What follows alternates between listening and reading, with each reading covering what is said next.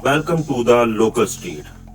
दोस्तों, आज की इस वीडियो में मैं आपको कोयटा की तारीख के बारे में बताऊंगा, मगर इससे पहले अगर आप इस चैनल पर नए आए हैं तो पहले इस चैनल को सब्सक्राइब कर लें और बेल आइकन पर क्लिक कर लें ताकि आप तक हमारी ऐसी तारीखी वीडियोस बर वक्त पहुंच सकें। तो वीडियो को शुरू करते हैं।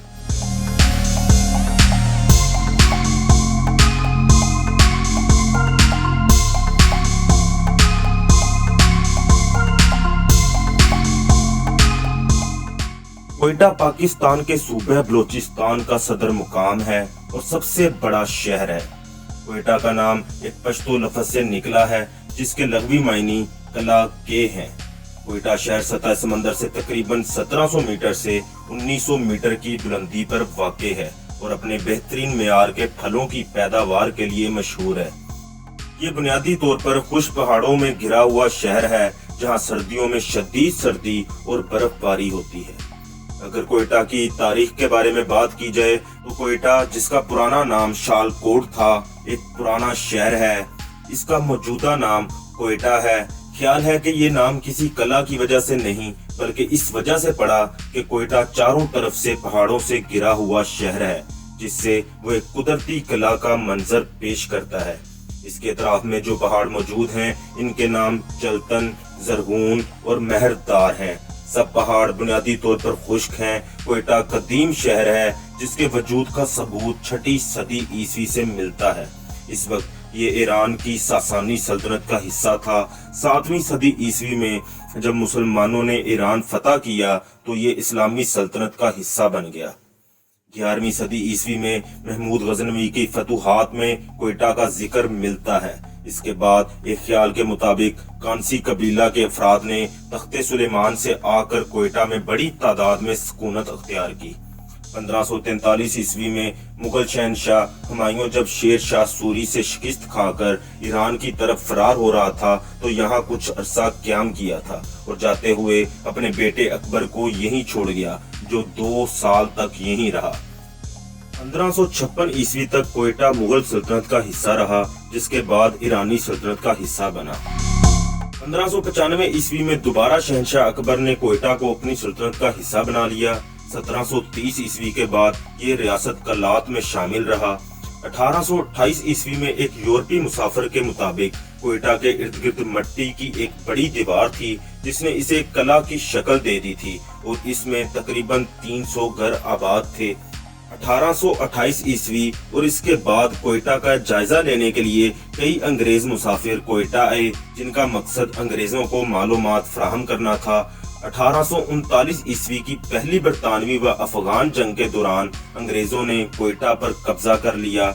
1876 ईस्वी में इसे बाकायदा तौर पर बरतानवी सल्तनत में शामिल कर लिया गया और रॉबर्ट ग्रूव संडीमन को यहाँ का नुमाइंदा सियासी यानी पॉलिटिकल एजेंट मुकर्रर कर दिया गया। इस दौरान बलोच कबाइल के अफराद बड़ी तादाद में कोयटा में आबाद हुए। अंग्रेजों ने कोयटा को एक फौजी अड्डा में तब्दील कर दिया। चुनांचे इस दौर में कोयटा की आबादी में काफी इजाफा हुआ, जो 1935 ईस्वी के मशहूर ज़लज़ले तक जारी रहा।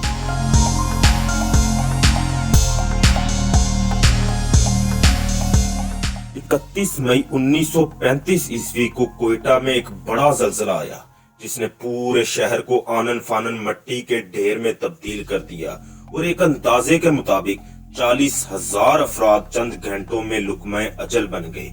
इस क़यामत खेज ज़लज़ला ने कोयटा को बिल्कुल तबाह करके रख दिया और शहर में कोई इमारत ना छोड़ी। यह ज़लज़ला रेक्टर स्केल के मुताबिक 7.1 की शिद्दत का था।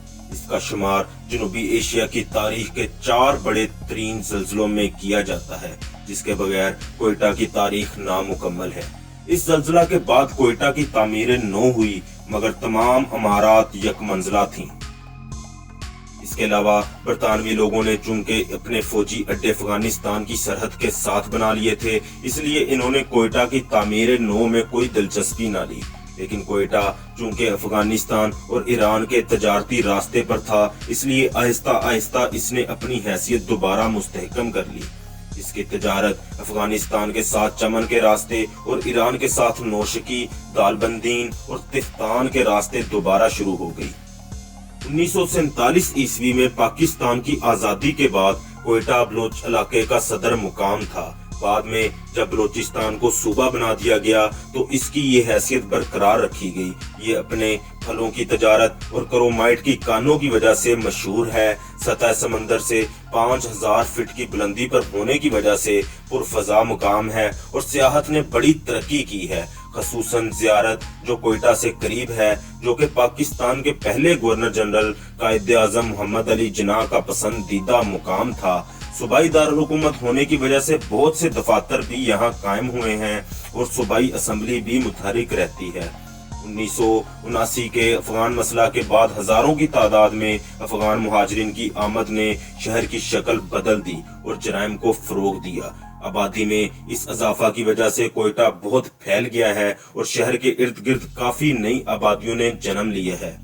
ये पाकिस्तान का 9वां बड़ा शहर है जिसकी आबादी तेजी से फैल रही है और इसमें अफगान मुहाजिरीन भी शामिल हैं। कोयटा को पाकिस्तान के दीगर इलाकों से मिलाने के लिए 1600 किलोमीटर तवील रेलवे लाइन मौजूद है। इसके अलावा ईरान के शहर जहदान से भी एक रेलवे लाइन मिलाती है। कराची और कोयटा के दरमियान एक सड़क बरास्ता सिब्बी, जैकबाबाद और सखर पहले से ही मौजूद थी। एक नई सड़क कोयटा को बरास्ता मस्तंग, कलात, किसदार और लसबीला मिलाती है।